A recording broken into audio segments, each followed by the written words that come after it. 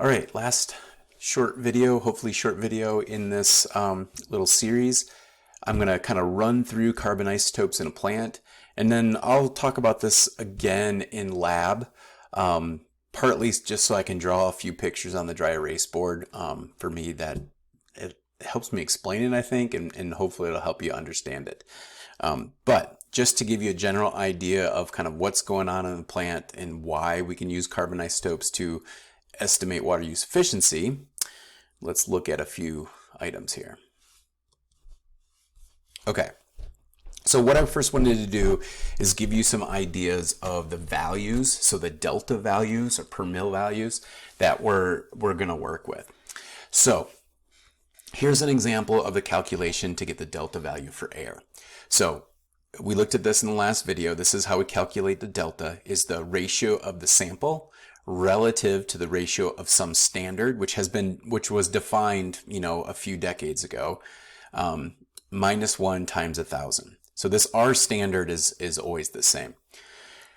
Remember, this ratio is the ratio of C13 to C12, so they're going to be really small values. So the ratio approximately of C13 to C12 in the air is this value here. The ratio of the standard is this value here. So if you were to plug those into the equation, you would get a value of -8 per mil. Okay? So again, we're dealing with negative numbers most of the time in plants, with carbon at least. So then let's just look at an example for a plant. We're using that same equation, but we're going to talk about this in a second. But essentially what the plant does is it filters out C13. So there's less C13 in the plant. So that means the ratio of C13 to C12 in a plant is a smaller number than what's in the air. Then again, in that equation, we're using the same value for the ratio. And if we do that calculation, the plant value would be -27 per mil. All right. So we're gonna be working with negatives, typically more negative than -8. And the more negative it is, the more that plant has filtered out C13. And I'll try not to use this term, but in isotope stuff, stable isotope work, we call more negative numbers lighter because there's less C13, which is the heavy isotope. And then we talk about numbers closer to 0 as being heavier. So I might resort to that language some, but I'll try to keep it focused on the ratio of C13 to C12. Okay. So we talked about fractionation and how this is a change in the ratio of C13 to C12. So let's talk about how that is happening in the plant. So the capital delta here is how we represent the difference in isotope ratio. And so sometimes you're going to see people report data as a delta value, like a small delta, which is, this is lowercase delta, this is capital delta. I don't know why they made it so confusing in isotopes. But really this big delta is just the difference between air and plant tissue. And the way we would calculate that is with this portion on the right side of the equation. We'd have the small delta, or technically mathematicians prefer you say del, but the delta of the air minus the delta of the plant divided by 1 plus the delta of the plant. So that's how you would get discrimination, but you can just think about it as the difference between air and plant tissue. And so there's two things that cause a change in that isotope ratio. One is the diffusion into the stomata. Remember that heavier isotope, or C13, diffuses more slowly. And then Rubisco reacts differently with these two. It reacts at different rates with those two atoms, C13 versus C12. Okay, let's talk about this a little bit. So here we've got atmospheric air, we've got the epidermis with the stomate, and then the internal air space. So remember I said the air has a value of about -8 per mil. So as CO2 diffuses into the leaf, the C13 is going to diffuse more slowly. So what happens is that the isotope ratio inside the leaf has less C13 in it than atmospheric air. And it changes the isotope ratio by about 4 per mil. So, and it's technically 4.4 per mil. And so the CO2 inside the leaf is a bit lighter than what's in atmospheric air. Let me just remember. Yeah, okay. So then the next step is when rubisco is reacting with a CO2 molecule. So I forget if I talked about this, but enzymes, so the way this was explained to me in my biochemistry class is that, the enzymes and the molecules they react with are a bit like a lock and key. So the enzyme would be the lock and the molecule would be the key. And so the molecule has this space to fit into that kind of unlocks the reaction that enzyme performs. So rubisco is like that. It's got this particularly shaped space where a CO2 molecule fits into. Well, it turns out that C13 is kind of like an old worn out key that doesn't always fit in just perfect, or maybe a poorly cut key that doesn't unlock very well. And so sometimes C13 will get into that space, but it won't fit perfectly in it, so it won't unlock that reaction. And so the enzyme, rubisco doesn't actually react with that particular molecule. Whereas CO2 with a C12 atom, that fits in there really nice and makes that reaction happen much more frequently. So because of this poor fit, so to speak, of a CO2 molecule with C13, rubisco, we call it prefers, or it reacts more readily with CO2 molecules that have a C12. So that results in another fractionation step, okay? So between the diffusion through the stomate and rubisco preferring those lighter isotopes, the sugars that are produced during photosynthesis have much less C13 in them than atmospheric air. So this allows us to kind of figure out which carbon was produced during photosynthesis versus, just deposited from other mechanisms. So the equation we would use to calculate the discrimination against C13 during photosynthesis is this equation here. And you can see this is just a linear equation. The constant of A is the fractionation that occurs to diffusion into the stomate, which is 4.4. And then rubisco has a fractionation factor of 27 per mil. So it changes the isotope ratio by approximately 27 per mil because it reacts more readily with C13 or CO2 molecules with C12 compared to CO2 molecules with C13. But, so those things are constant, they don't change. But what does change in a plant is the ratio of Ci to Ca. All right, and so this is what's really going to be important for us in understanding kind of how plants respond differently to different environmental conditions. So remember, when we talked about Darcy's law in photosynthesis, we talked about how you can kind of estimate or model photosynthesis as if you multiply stomatal conductance by the difference between Ca and Ci. All right, so we've got the same two factors in this equation, and that's going to become really important as we start trying to link isotopes to physiology. Okay, so essentially what happens in this equation is that the more CO2 you have inside the leaf relative to what's outside, so if you have a large Ci value, you're going to get greater discrimination. And the reason for that is I'm going to anthropomorphize rubisco now, which is even worse than just anthropomorphizing plants.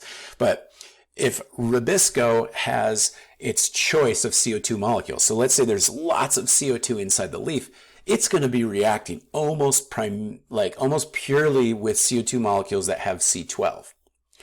But let's say, for example, a plant has to close its stomates, and so the number of CO2 molecules inside the leaf is really low. Well, at that point, rubisco doesn't have the choice so much, and so it's probably going to have to react with more CO2 molecules just because there's a limitation of CO2. And that would cause the discrimination to go down, because that would result in a low ratio between Ci and Ca. This is what I'll draw on the board and talk a little more about in class on Wednesday, but that's generally why we see differences in the isotope ratio between different plants. It's how they're controlling their stomates to impact that Ci value during photosynthesis. Okay, So just to kind of show this in some plants, this is carbon isotope discrimination. This is the CI to CA value. Again, the further you move on the right axis, the more CO2 there is inside the leaf for Rubisco to kind of choose from. And you see that the more CO2 Rubisco can choose from, the more discriminatory it's going to be. It's going to have a higher discrimination value. It's going to prefer CO2 molecules with C12.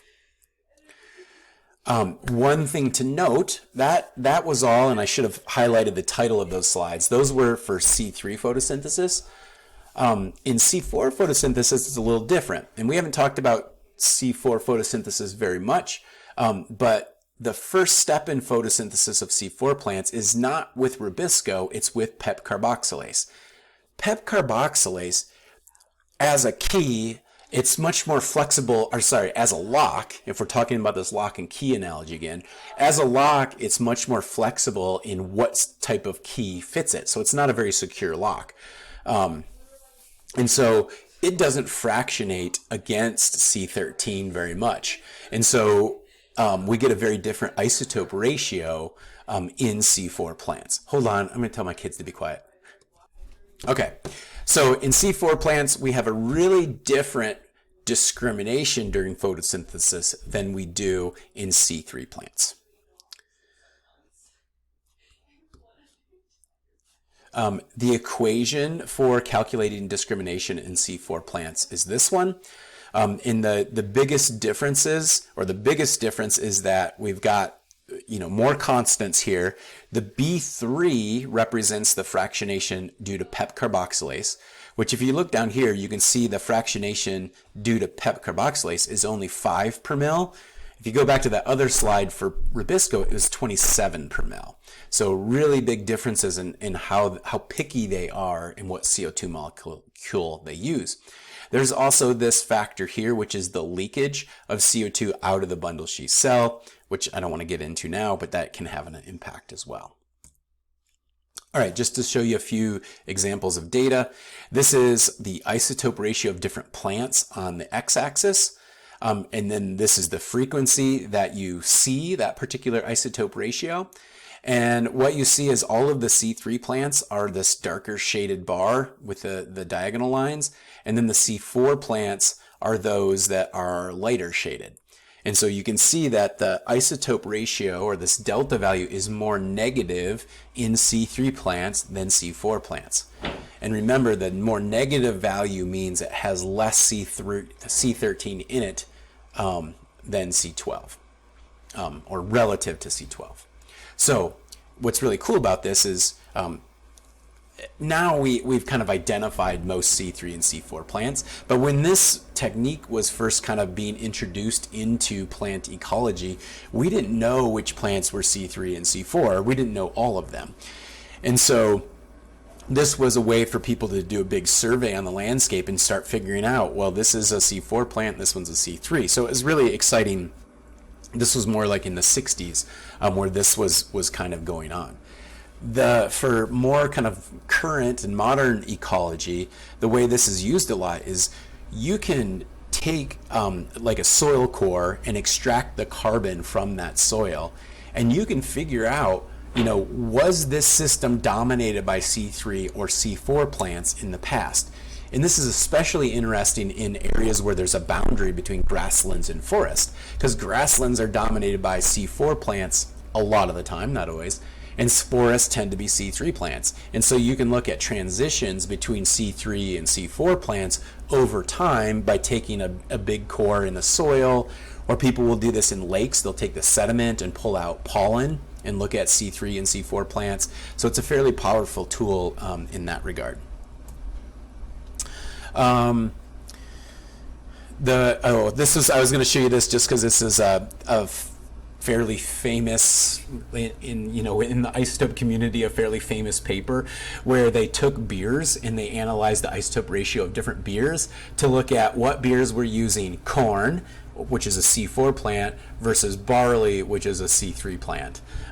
So You can see in the beers they selected, there was no beers really using that much C4, and they were using mostly C3. Yeah. Okay, one thing I want to talk about here just to kind of end this.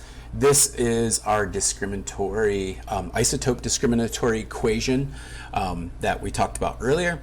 And again, this is related to CI, CA. So when we think about how we estimate water use efficiency, remember the instantaneous method for estimating water use efficiency is taking photosynthesis and dividing it by stomatal conductance. And the way this is related to the difference in CI and CA, and the divided by 1.6 is because we're converting it from water to CO2. So don't worry about that too much. But really it's relating this difference. So in the isotopes, it's a ratio. When we're talking about water use efficiency, it's the difference between CA and CI.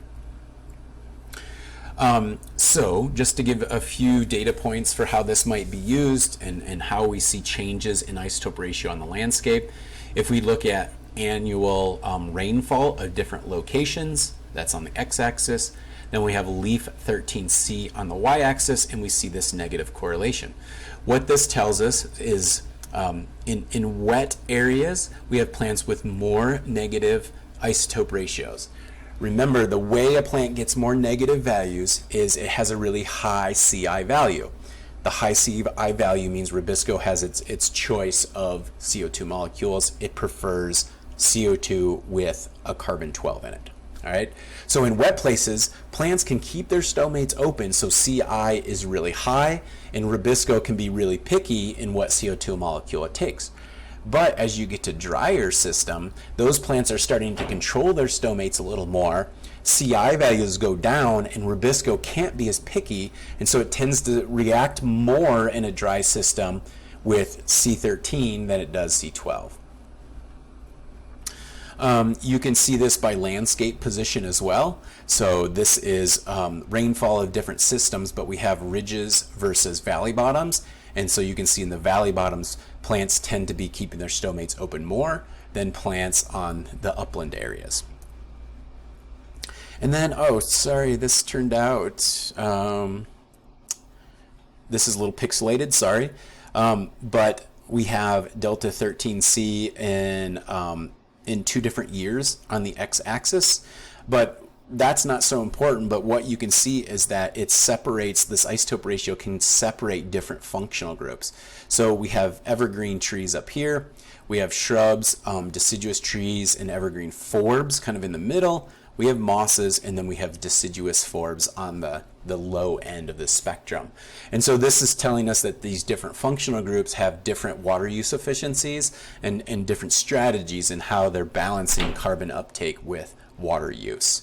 And so that's a nice tool for kind of distinguishing those different functional groups and strategies. Just one other way it's been used in ecology and in forestry. This is Douglas fir, and they measured the isotope ratio of leaves at on trees of different heights, and they took the leaves, you know, from the upper part of the canopy in each one of these.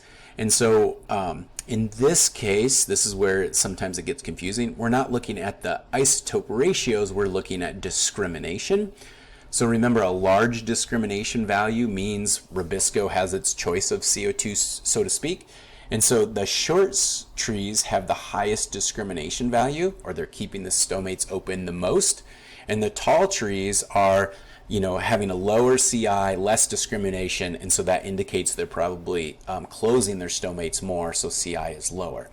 And that has a lot to do with, you know, we talked about the water potential with height varies due to gravity, and so the water potential in these leaves is going to be more negative just because it's a taller tree, and that's usually going to trigger those stomates to close to help that plant conserve water and maintain the integrity of the water column. Okay, that's all I've got. Yeah, we'll talk more about this on Wednesday. There's a short quiz that you need to take. And so make sure you do that before I think Tuesday night is when I have that due.